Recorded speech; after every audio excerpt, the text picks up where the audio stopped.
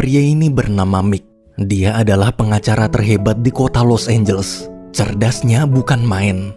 Pagi itu ketika baru sampai pengadilan dan ingin menangani kasus, rekan Mick yang bernama Val memberitahu ada tawaran kerjaan baru untuk menjadi pengacara anak sultan kaya raya bernama Louis. Saat ini Louis sedang dipenjara gara-gara kasus penganiayaan. Jika minat maka akan dibayar mahal. Mendengar tawaran menggiurkan itu, Mick bersedia. Sebelum sidang dimulai, Mick menemui kliennya terlebih dahulu. Kliennya adalah ketua geng motor. Mick di situ protes kenapa uang bayarannya belum dikasih-kasih. Si ketua geng motor bilang nanti bakalan dia bayar, tenang aja. Tak lama kemudian, waktu sidang dimulai, Mick meminta hakim menunda persidangan kurang lebih sekitar 1 bulan sampai dia berhasil mengumpulkan saksi-saksi dan bukti-bukti. Hakim lalu mengabulkan permohonan Mick. Si ketua geng pun protes kenapa Mick malah menunda-nunda sidang padahal dia pengen cepet-cepet bebas dari penjara. Dengan santai, Mick berkata kalau mau cepet bebas, cepet lunasi bayarannya. Mendengar itu, si ketua geng istighfar. Selesai sidang, Mick diantar supirnya pergi ke kantor polisi tempat klien barunya ditahan, yaitu Louis. Namun di tengah jalan, saat tahu mobilnya diikuti kawanan geng motor, Mick tetap santuy dan menyuruh supirnya berhenti. Salah satu anggota geng motor yang mukanya serem lalu menghampiri. Dia minta tolong cepet bebasin ketua geng mereka dari penjara. Ayolah, jangan duit mulu. Ingat kita udah kayak keluarga, kita udah langganan. Setiap kali kena kasus, geng motor ini selalu make jasa Mick. Setelah negosiasi harga dan dibayar $10.000, barulah Mick mau kerja. Bulan depan dia pasti akan membebaskan ketua geng motor.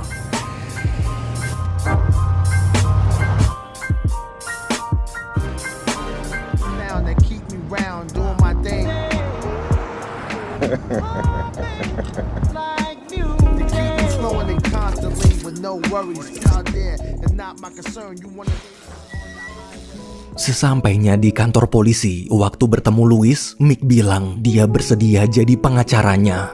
Louis pun lega. Dengan panik, Louis menjelaskan dia dijebak. Dia tak pernah menganiaya wanita. Mick lalu mencoba menenangkan dan menyuruh pelankan suara. Jangan sampai terdengar orang lain, apalagi terdengar teman satu sel penjara. Siangnya, ketika persiapan sidang, Mick berhasil meyakinkan hakim untuk mengubah status Louis dari tahanan penjara jadi tahanan kota. Namun harus selalu memakai gelang pelacak di kakinya agar tak kabur ke luar negeri. Jadwal persidangan Louis akan dimulai minggu depan. Saat pulang di luar gedung pengadilan, Mick bertemu orang kepercayaan sekaligus asisten ibu Louis. Si asisten bertanya, apa Mick bisa membebaskan anak bosnya? Jika bisa, maka akan diberi bayaran sangat besar. Dengan percaya diri, Mick berkata, jangan pernah meremehkan pengacara terhebat di negara ini.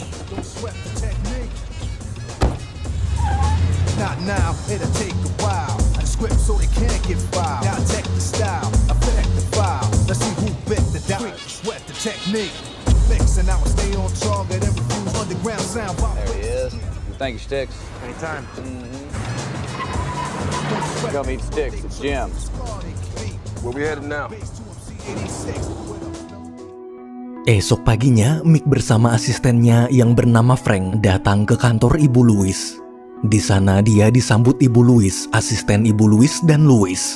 Sebelum mulai rapat, Mick mengusir Ibu Louis keluar.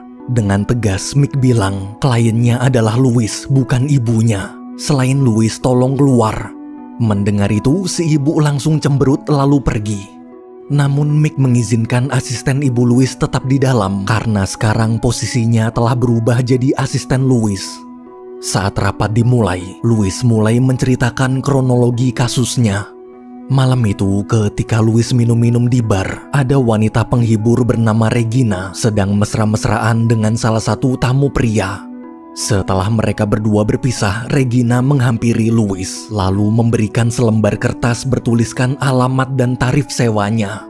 Waktu Regina pulang, karena terpesona dengan kecantikannya, Louis pun menyusul mengikuti alamat di kertas. Sesampainya di depan apartemen, saat tahu Regina masih melayani tamu di bar tadi, Louis terpaksa menunggu di parkiran dulu.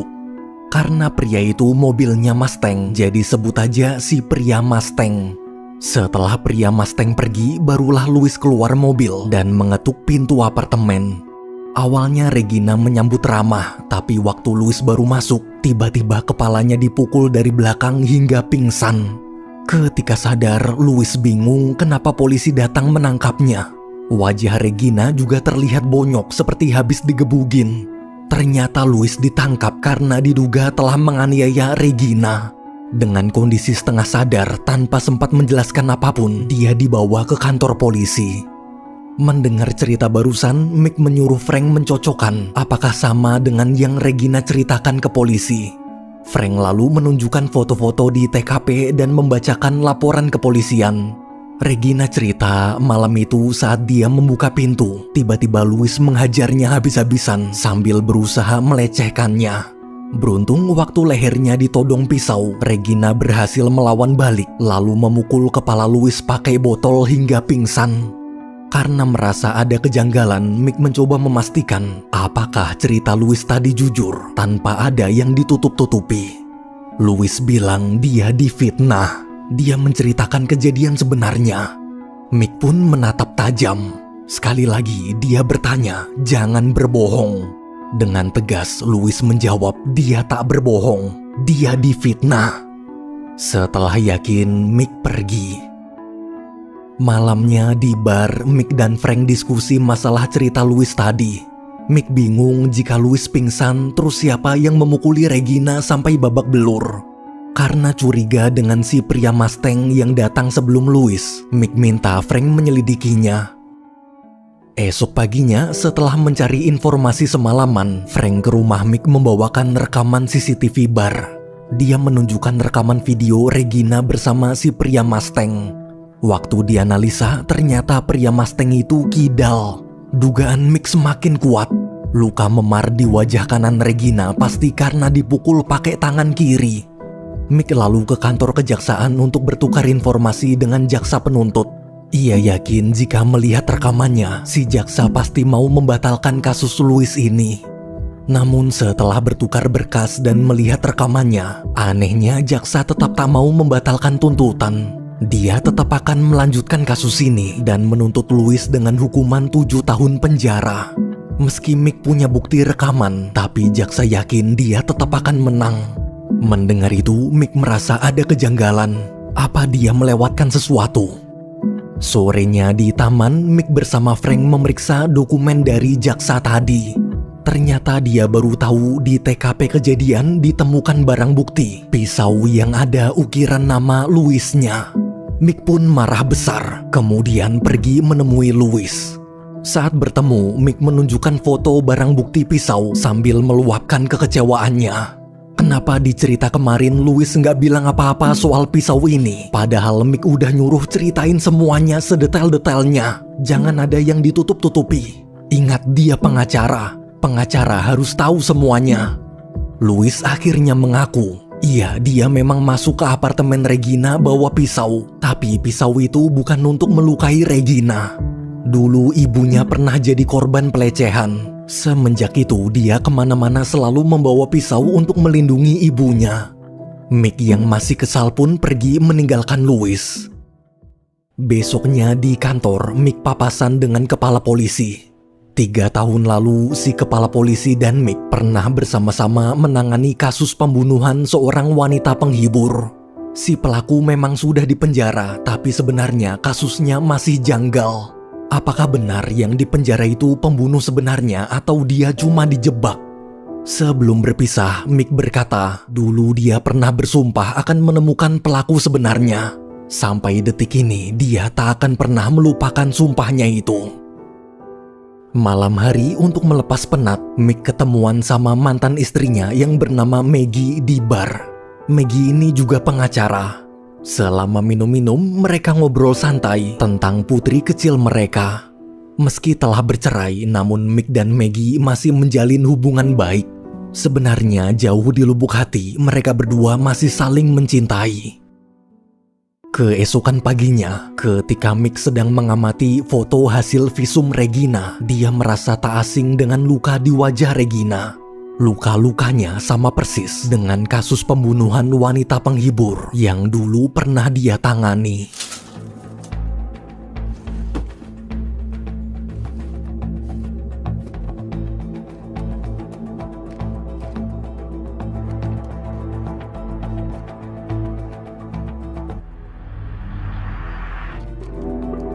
Dugaan Mick benar, luka-lukanya persis. Pasti pelakunya orang yang sama. Mick ingat 3 tahun lalu dia punya klien bernama Martinez. Martinez dituduh jadi pelaku pembunuhan seorang wanita penghibur. Meski Martinez sudah berusaha meyakinkan kalau dia dijebak dan tak pernah berbuat sekejam itu, tapi sayang bukti-buktinya terlalu kuat. Mick pun gagal membebaskan Martinez dari hukuman penjara. Namun Mick bersumpah dia akan berusaha mencari pelaku pembunuh sebenarnya. Karena merasa kedua kasus ini saling terhubung benang merah, siangnya Mick menjenguk Martinez di penjara. Waktu Mick minta tolong ceritakan sedetail mungkin tentang kasusnya dulu, Martinez menolak. Dia masih trauma dan tak mau mengungkit masa lalunya lagi. Sambil gemetar, Mick terus memohon. Jika dugaannya benar, mungkin pria yang dulu menjebak Martinez bisa ditangkap dan Martinez bisa bebas. Akhirnya dia mau menceritakan ulang kasusnya 3 tahun lalu. Malam itu saat kebar, Martinez tertarik dengan salah satu wanita penghibur di sana. Waktu Martinez ingin mengajaknya ke apartemen, sebelum pergi dia sempat melihat wanita itu menyapa seorang tamu pria. Mendengar cerita barusan, dengan perlahan Mick menunjukkan foto sambil bertanya, apakah ini prianya? Apakah ini pria yang dulu menjebak Martinez? Apakah pria ini yang dulu membunuh si wanita penghibur? Tiba-tiba trauma Martinez muncul. Dia terus teriak mengamuk saat melihat foto Louis. Mick akhirnya sadar pembunuh yang selama ini dia cari ternyata adalah Louis itu sendiri. Setelah tahu fakta sebenarnya, Mick pun menceritakan semuanya ke Frank. Mick mabuk dan meluapkan semua amarahnya. Dia tertipu. Klien yang kita kira cuma anak polos ternyata seorang psikopat. Dulu Louis membunuh wanita penghibur lalu menjebak Martinez dan menjadikannya kambing hitam. Kini Louis menganiaya Regina tapi pura-pura jadi korban yang dijebak lalu ingin mengkambing hitamkan si pria Mustang. Karena sekarang Mick pengacara Louis dan karena ada kode etik pengacara, jadi dia tak bisa melaporkan kliennya sendiri ke polisi. Semua bukti-bukti yang kita temukan untuk melaporkan Louis akan otomatis ditolak. Lebih parahnya lagi, bila tuduhan kita ditolak, artinya Louis akan punya catatan menang. Jika dia punya catatan kepolisian sudah pernah menang, maka kedepannya saat Louis berbuat kriminal lagi, statusnya di mata hukum akan jadi lebih kuat. Ternyata dari awal itulah alasan Louis sengaja menjadikan Mick pengacaranya. Dengan emosi, Mick bersumpah dia pasti akan menjebloskan anak brengsek itu ke penjara. Larut malam saat baru sampai rumah, Mick menelpon mantan istrinya yaitu Maggie untuk menanyakan kabar putri kecil mereka. Namun ketika ingin masuk, Mick kaget kunci pintu rumahnya sudah terbuka. How's Haley?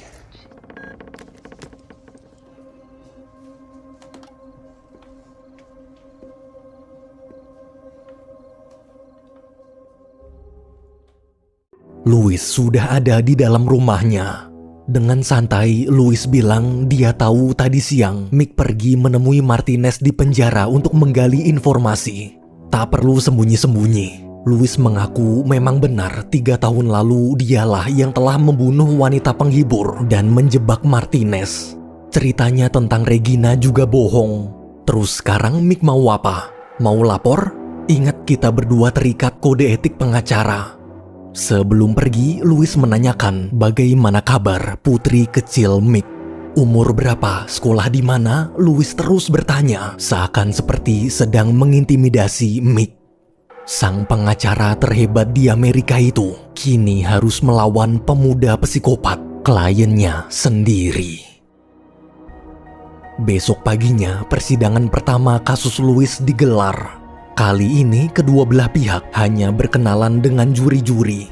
Jaksa penuntut berpidato duluan untuk meyakinkan para juri. Ia terus berusaha menyudutkan Louis. Setelah selesai, gantian Mick yang pidato membela Louis. Mick terlihat tetap tenang dan profesional. Sangat profesional. Seakan tak pernah terjadi apa-apa antara dia dengan Louis. Sebagai pengacara, dia akan tetap membela habis-habisan sampai kliennya bebas. Sorenya, waktu Mick sedang menonton pertandingan sepak bola putrinya, Maggie datang menghampiri. Maggie menahan sedih, lalu memberitahu bahwa Frank baru aja ditemukan tewas tertembak.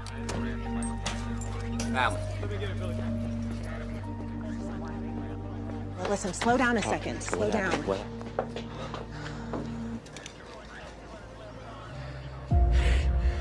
So you've been here before. Detektif bilang mereka masih belum tahu siapa pelakunya. Mick pun terdiam pura-pura tak tahu. Padahal dalam hati dia yakin pasti ini perbuatan si anak psikopat itu. Karena muak, Mick melampiaskan amarahnya ke Val, yaitu rekan yang pertama kali memperkenalkannya dengan Louis.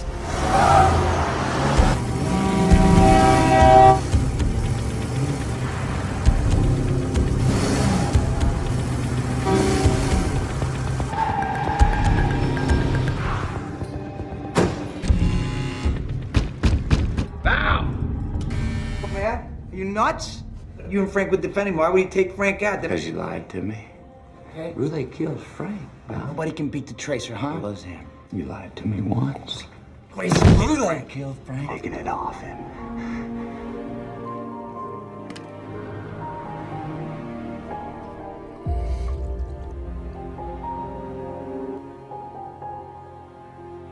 Karena mabuk parah, Maggie menjemput dan mengantarkan Mick pulang ke rumah.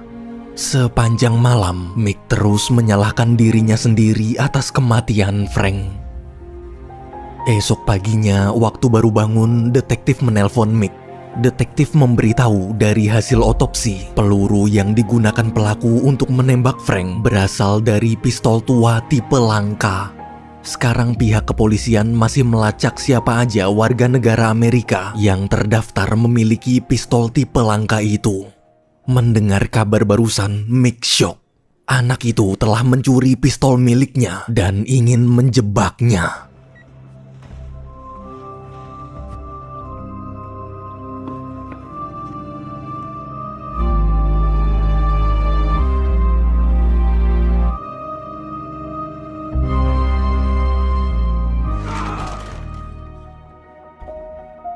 Siangnya sidang dimulai. Saksi pertama yang hadir adalah saksi dari jasa penuntut, yaitu si pria Mustang. Selama bersaksi, pria Mustang menceritakan panjang lebar tentang malam kejadian. Dia cuma berhubungan dengan Regina sebentar lalu pergi. Dia tak tahu kenapa Regina bisa babak belur. Selesai memberi kesaksian, giliran Mick maju. Ia bertanya apakah pria Mustang tangannya kidal. Si pria Mustang menjawab, "Iya, dia kidal." Mick lalu menunjukkan foto luka-luka Regina sambil menjelaskan jika luka memarnya di bagian wajah kanan, berarti harusnya Regina dipukuli pakai tangan kiri. Pria Mustang pun membantah tuduhan itu. Namun dengan keahlian bicaranya, Mick berhasil menyudutkan pria Mustang sampai terlihat panik di hadapan hakim dan para juri. Selesai sidang, di luar ruangan, Mick sudah ditunggu detektif. Detektif memberikan surat perintah penggeledahan.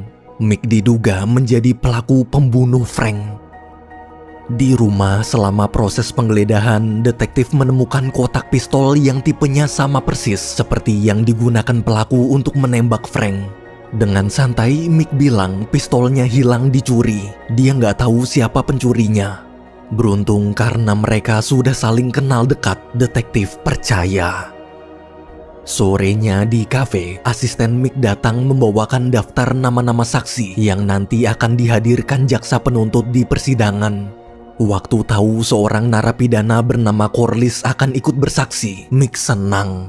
Corliss ini terkenal sebagai narapidana yang sering disewa jadi saksi palsu dalam persidangan. Kebetulan dia juga satu sel penjara dengan Louis. Mick lalu meminta asistennya untuk menyuap Corliss. Saat nanti jaksa penuntut menyuruhnya jadi saksi, tolong sekalian bongkar seluruh kejahatan Louis. Mick juga minta asistennya mengundang detektif dan kepala polisi untuk datang menyaksikan Corliss. Sisanya biar dia yang urus. Mendengar perintah barusan, asisten Mick mengerti. Keesokan harinya, dalam sidang, jaksa penuntut menghadirkan si korban sendiri untuk bersaksi, yaitu Regina. Setelah jaksa memberi pertanyaan, sekarang giliran Mick. Lagi-lagi dengan keahliannya, dia menghujani berbagai pertanyaan hingga Regina terpancing emosi. Mick membangun opini agar Regina terlihat seperti sedang menjebak Louis dan memeras hartanya karena Louis anak sultan kaya raya. Dalam waktu singkat, Mick berhasil memutarbalikan fakta sampai para juri ikut meragukan ucapan Regina. Wanita itu hanya bisa menahan tangis. Padahal dia benar-benar digebugin Louis, tapi Mick justru membuat seakan-akan Regina lah yang jadi penjahatnya. Setelah Regina selesai, kini gantian saksi dari pihak Mick. Mick menghadirkan ibu Louis. Waktu jaksa penuntut bertanya tentang pisau milik Louis yang ditemukan di TKP kejadian, ibu menjawab dialah yang meminta Louis membawa pisau itu kemanapun dia pergi untuk jaga diri. Beruntung karena jawabannya meyakinkan dan ibu Louis juga cerita sambil nangis, seluruh orang dalam ruangan jadi terharu. Waktu pulang di luar, Mick mengingatkan besok di sidang terakhir, giliran Louis yang memberi kesaksian. Ingat jangan sampai salah ngomong. Dengan santai Louis bilang, "Oke bos." Besoknya sidang terakhir dimulai. Louis maju menjadi saksi. Di hadapan para juri, Louis menceritakan kronologi di malam kejadian. Matanya berkaca-kaca. Louis meyakinkan kalau dia difitnah. "Lihatlah saksi-saksi kemarin, semuanya meragukan. Tolong jangan hukum dia. Dia masih sangat muda, masa depannya bisa hancur." Mendengar itu, para juri terlihat kasihan. Selesai bersaksi, awalnya Louis percaya diri mereka pasti akan menang sidang. Tapi ternyata jaksa penuntut masih belum menyerah. Sebelum hakim membuat keputusan, jaksa mohon sidang diperpanjang 1 hari lagi karena dia masih punya 1 saksi terakhir. Hakim pun mengabulkan permohonan jaksa penuntut. Esok paginya saat Mick baru masuk ruang sidang, di sana sudah ada kepala polisi, detektif, dan Maggie juga ikut hadir menyaksikan. Tak lama kemudian sidang dimulai. Jaksa penuntut bilang kalau saksi kali ini namanya Corliss. Dia adalah teman satu sel penjara Louis. Mick langsung protes keras. Ia meminta hakim melarang Corliss bersaksi. Namun meski diprotes, hakim tetap mengizinkan. Ketika Corliss memberi kesaksian, dia mulai menceritakan kedekatannya dengan Louis dalam penjara. Louis banyak cerita ini itu soal kejahatan masa lalunya. Louis tak hanya cerita kalau dia memukuli dan ingin membunuh Regina, tapi Louis juga cerita kalau sebenarnya dulu dia sudah pernah membunuh seorang wanita penghibur. Untungnya karena cerdas, Louis berhasil lolos dan menjadikan orang lain sebagai kambing hitam. Dia menjebak seorang pria bernama Martinez untuk menanggung semua dosanya. Mendengar keterangan itu, kepala polisi kaget lalu buru-buru pergi. Louis pun panik, pasti Corliss bersaksi palsu. Selama di penjara, dia tak pernah cerita apa-apa. Mick mencoba menenangkan, dia juga bingung kenapa Corliss bisa tahu. Atau lebih tepatnya, dia pura-pura bingung. Padahal ini semua tepat sesuai rencananya. Sebenarnya targetnya bukan ingin meyakinkan hakim dan para juri, tapi untuk meyakinkan kepala polisi dan detektif. Setelah kepala polisi pergi, barulah Mick beraksi. Dengan keahliannya, dia terus menyudutkan Corliss sampai terdiam tak bisa menjawab. Seluruh cerita Corliss yang tadi terdengar meyakinkan, dalam sekejap berubah jadi meragukan. Sebelum membuat keputusan, hakim mengizinkan semua istirahat keluar. Di toilet, Louis marah-marah ke Mick. Dia tahu ini pasti rencana Mick untuk menjebaknya. Namun Mick hanya terdiam. Dengan santai, dia pergi meninggalkan Louis yang terlihat sangat kesal. Tak lama kemudian, semua pihak kembali ke ruang persidangan. Berdasarkan hasil pertimbangan, hakim memutuskan bahwa Louis tak bersalah. Mick menang telak. Secara resmi, Louis dinyatakan bebas. Selesai sidang, di luar Ibu Louis berterima kasih berkat Mick putra kesayangannya bisa bebas. Tapi di tengah obrolan, tiba-tiba kepala polisi datang menangkap Louis atas tuduhan pembunuhan wanita penghibur 3 tahun lalu. Ibu Louis syok. Di momen itu, perlahan-lahan Mick mendekati Louis dan berkata, "Jangan pernah meremehkan pengacara terbaik di negeri ini." Setelah Louis dibawa pergi, detektif menghampiri Mick. Dia kagum. Ternyata selama ini Mick pura-pura membela anak itu hanya untuk membakarnya hidup-hidup.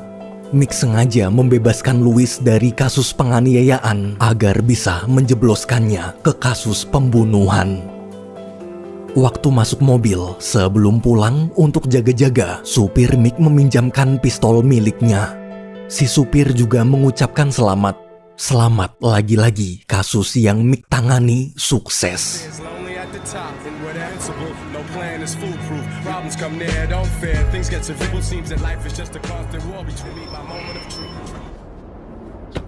Careful, alright? Sepulang ke rumah, mendadak Maggie menelpon. Di telepon itu, Maggie memberitahu kalau Louis baru aja dilepaskan lagi karena kepala polisi tak punya cukup bukti untuk menahannya.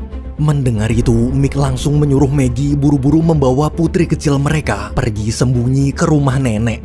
Anak psikopat itu pasti sedang menuju rumah Maggie dan mengincar putrinya.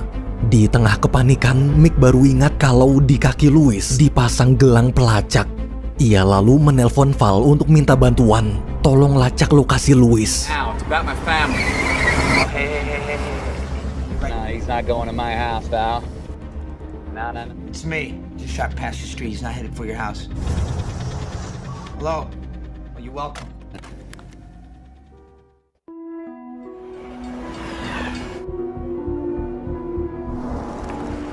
Ketika Louis datang, terlihat Mick sudah sampai duluan menunggu di depan rumah Maggie. Dengan perlahan, Mick mengeluarkan pistol dan menyuruh Louis pergi. Jangan berani-berani mengganggu putrinya. Namun Louis bilang memangnya kalau dia ganggu, Mick mau apa? Mau menjaga rumah ini terus? Atau mau tembak?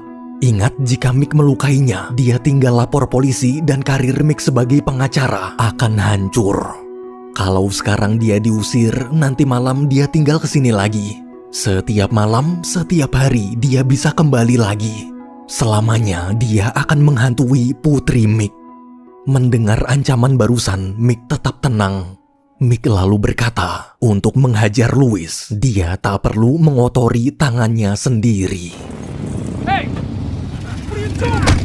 Boys, get up! Come on. Hospital, not the morgue.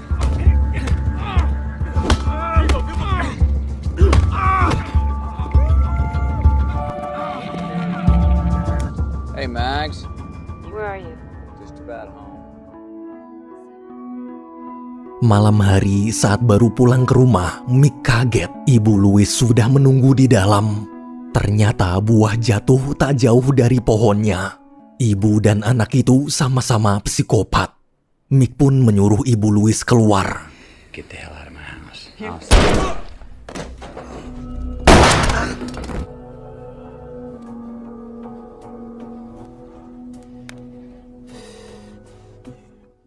Ibu Louis mampus. Beberapa hari kemudian di rumah sakit, terlihat Mick sudah diizinkan pulang. Di jalan, supir Mick mengabarkan kalau sekarang Martinez sudah dibebaskan dari penjara. Louis juga sudah ditangkap lagi karena kepala polisi telah berhasil mengumpulkan bukti-bukti kuat untuk menjeratnya atas kasus pembunuhan 3 tahun lalu. Di tengah perjalanan, tiba-tiba kawanan geng motor muncul lagi. Mick tetap santuy dan menyuruh supirnya berhenti. Salah satu anggota geng motor yang mukanya serem lalu menghampiri. Dia minta tolong, ada anggota mereka yang ketangkep polisi lagi. Kasus kali ini agak sulit. Soalnya bukan cuma ketangkep gara-gara narkoba, tapi itu bocah juga ketahuan selingkuh sama istri polisi. Kira-kira berapa biayanya? Sambil tersenyum, Mick bilang, khusus